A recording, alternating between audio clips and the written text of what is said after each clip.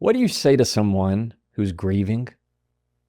There's been things in my life, and I know things that have happened in your life, that when it happens, you don't know how to handle it. You don't know what to say. It's something so sad. There's been a death.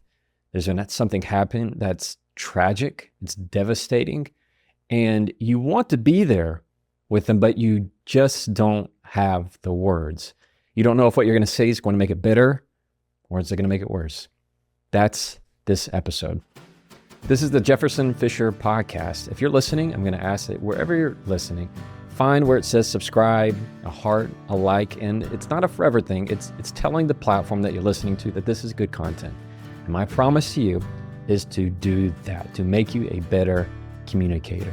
This episode is sponsored by Cozy Earth. If you're like me and you enjoy a good night's rest, I'm going to ask you to consider Cozy Earth. Their sheets are on my bed right now. They are probably the coolest thing I've ever slept on, and I really have trouble sleeping on anything else. If you're like me and you like comfortable, cozy beds and towels and sheets, which I never thought I'd be at that age to do that, but I certainly am now that I really care about it. You need to go to cozyearth.com/Jefferson. Use the code Jefferson for 40% off. That's cozyearth.com/Jefferson. Use the code Jefferson for 40% off. They offer a 100-night trial period, which you can't really get any better than that. If you like comfortable sleeps, you need to go check them out, cozyearth.com. This episode is going to be a little bit different because I want to get right to the point. Here in my personal life, there's been a family who has recently lost their daughter. And their daughter was 8. I can't imagine what that's like. I've had loss in my life. Loss of a child is very different to me. I have a hard time grasping that thought. And maybe listening right now, you can either relate to loss in your own life, or you know people close to you that they've recently had loss, and you're at a point where you go, I don't know what to say. Should I text them? Should I call them? I want them to know that I'm thinking about them, but I don't want it to be surface level. I don't want it to be empty. I don't want to just be like everybody else. And what happens, and it's natural, it's normal, that even people closest to you, when they're going through loss and grief, you just say nothing because you're afraid to say anything at all. Is it going to hurt? Is it going to help? Here's some things that I'm going to teach you about when you're communicating with people during periods of grief, when they're going through loss and grief. This is what I want you to do. Number one, I want you to remove the phrase, let me know if. If what you're going to say to them begins with, let me know if, stop, erase it. I cannot be any more serious. Do not send it. If I'm going to send you a text that says, hey, let me know if I can help. Let me know if you need anything. Let me know if there's anything I can do. You know what I've done? I've just relinquished all accountability, responsibility on myself. I've now put it all on you. Hey, let me know if you need any help. I've now given you a chore. That is, hey, on top of all the other things you have going on and the emotional turmoil that you're experiencing, now it's your responsibility to reach out to me should you need anything. So first, you have to now decide when you're going to reach out to me. You now have to decide what kind of help that you need, and you have to decide if it's going to be helpful or not. It's giving you a chore, something else to do. Hey, if you need something, you call me. And here, my work here is done. I've now communicated with you. If you need anything, let me know. If there's anything that we can do, please tell me. Nobody's going to take you up on that. It's a cop-out. That's what it is. I know it's from a good place. Here's my disclaimer with that. I know it's from a good place. I know that you mean well. I know you're saying this to them because you don't know what else to say. I'm telling you, it's not kind. Scrap it. If it begins with let me know if, delete it. Instead, just do the thing you are thinking of doing. Send the help. Be the help. Show up. Mow the yard. Deliver the food. Run the errand. Whatever it is, just do it without even asking. I promise you, that is much better, a much better sign of you being in it with them than just saying, let me know if I can help you at all. Let me know if you need anything. Go mow their yard. Go deliver food. Even if they don't eat it, it doesn't matter. It's the symbol of it. Even if that errand, you know what, that's one less thing you can take off their plate, the better. Rather than you say, hey, let me know if you need any help, which just adds to their plate. Can you see the difference? I know that it comes from a good place. I want you to get in the habit of removing the let me know if. Let me know if you need anything. Scrap it. I cannot be any more serious. There's nothing worse than when you're in a time of grief and despair and loss and suffering, when it's now your responsibility to reach out because they won't do it. They won't. How can they possibly do it? They don't know which way is up. I can tell you if right now I'm in the same position of some of our friends who just lost their daughter, I would be an absolute nutcase. And if I think about it, I'm going to get really upset, and I'm going to be in a hard spot because you'd have to lock me up. I can't even imagine it. So scrap the let me know if from the question. Cool? Good. Number 2, do not ask for details, especially when it's fresh. I know that you mean it from a good place. You want to know all the details when you say, oh my gosh, what happened? Oh my goodness, what happened? How did they pass away? What did they do this? Did they not know about this? And you're just peppering them with questions. Oh, did they not know this was coming? Did they know this was prepared? Was this, when you were just giving them a litany of a quiz, of a questionnaire. You see that in posts on Facebook or Instagram, something happened and they all want to know what happened with this. Stop it. Stop it. If you're not in the know, then there is a reason. And it's because it's too soon and you're not close enough to it. You will find out when you're supposed to find out. It is far kinder for you to text them and say, no need to respond, period, thinking about you, period, or praying for you, or sending you my love, or sending a big hug. You hear that's just, I'm not asking anything from you. To be able to, somebody tell me, hey, you no need to respond. I'm letting you know I'm sending you all the love that I can.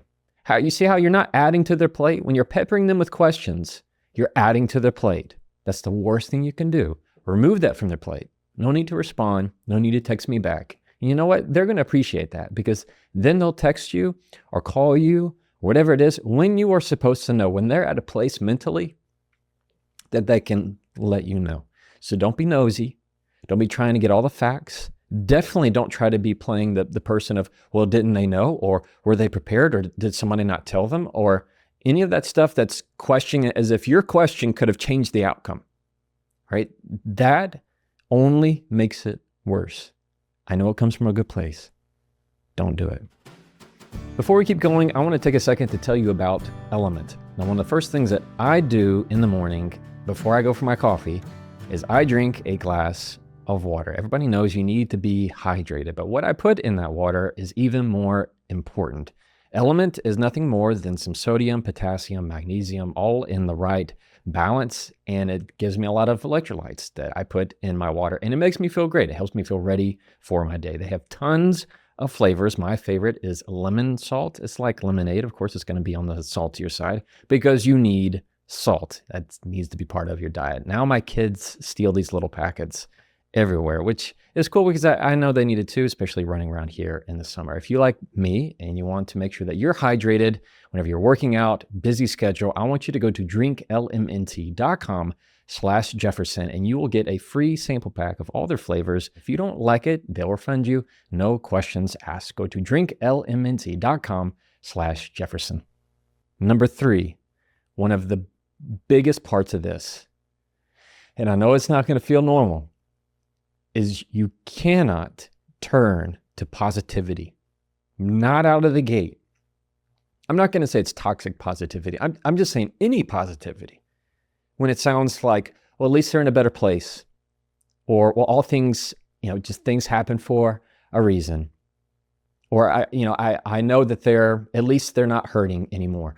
Things that you mean it well, but to the other person, it is nails on a chalkboard when you say, well, at least they're in a better place. No, they're not. I want the better places with me. right here. Don't say that they need to be somewhere else.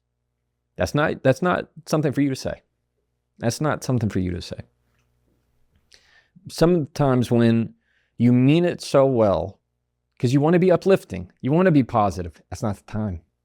There's a time to be positive and a time not to be. And when people are experiencing severe grief and depression and they don't know what to do and they don't want to live and they just want to go crawl in a dark hole, that is not the time for you to start spraying sunshine. I'm not saying there's never a place for it. Now is not the time. Timing is a big component of this. Cool?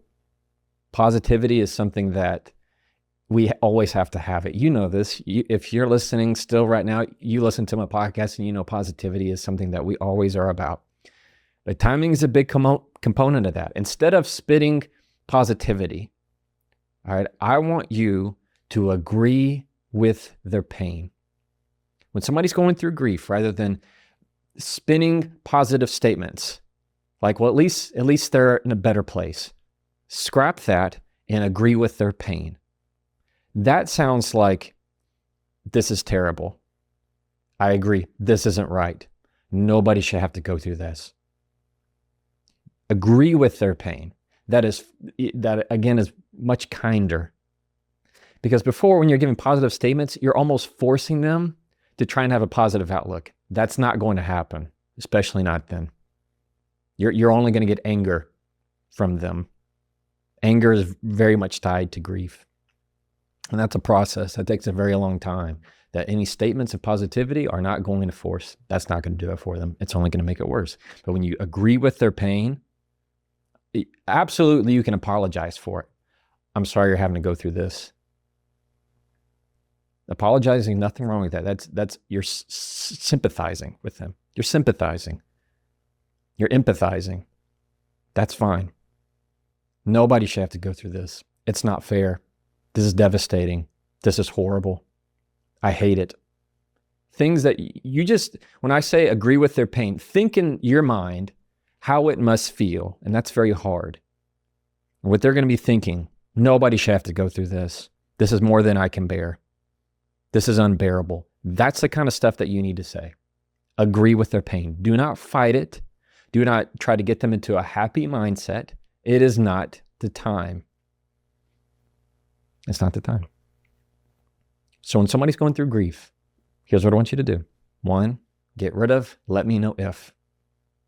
Instead, just do it. Do the thing. And here's a big part of this. If you're not in a position to do it, don't pretend that you are.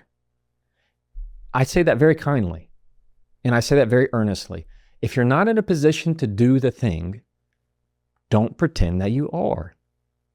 Like, don't send the text, let me know if I can help, when you're really not in a position to help.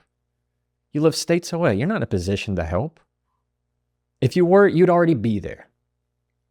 So continue to be genuine with what you say. I know it comes from a good place, but it can come across disingenuous. So scrap that. 2, don't ask for all the details. Not then. You'll find them out when you're supposed to find them out. Just give that time process. I know it's the unknown, it's anxiety of you wanting to get that information. Now's not the time. Be there with that other person. No need to respond. Just letting you know I'm thinking about you. And 3, go back to this part of the insight of realizing there's time for positivity and there's time for not positivity. And when somebody's going through grief, they're grieving, because it is a process. That is not the time to try to be positive. That's not the time to be positive. Whenever you say, let me know if there's anything I can do. Yeah, you can give my loved one back to me. That's what you can do. You can't do that. That's what that mind state is. All right? So I want you to go hug somebody. Hug a stranger. I don't care. Go hug your little ones, your loved ones, because we're all going through a lot of hurt in a lot of different ways. Cool? All right. As always, you can try that and follow me.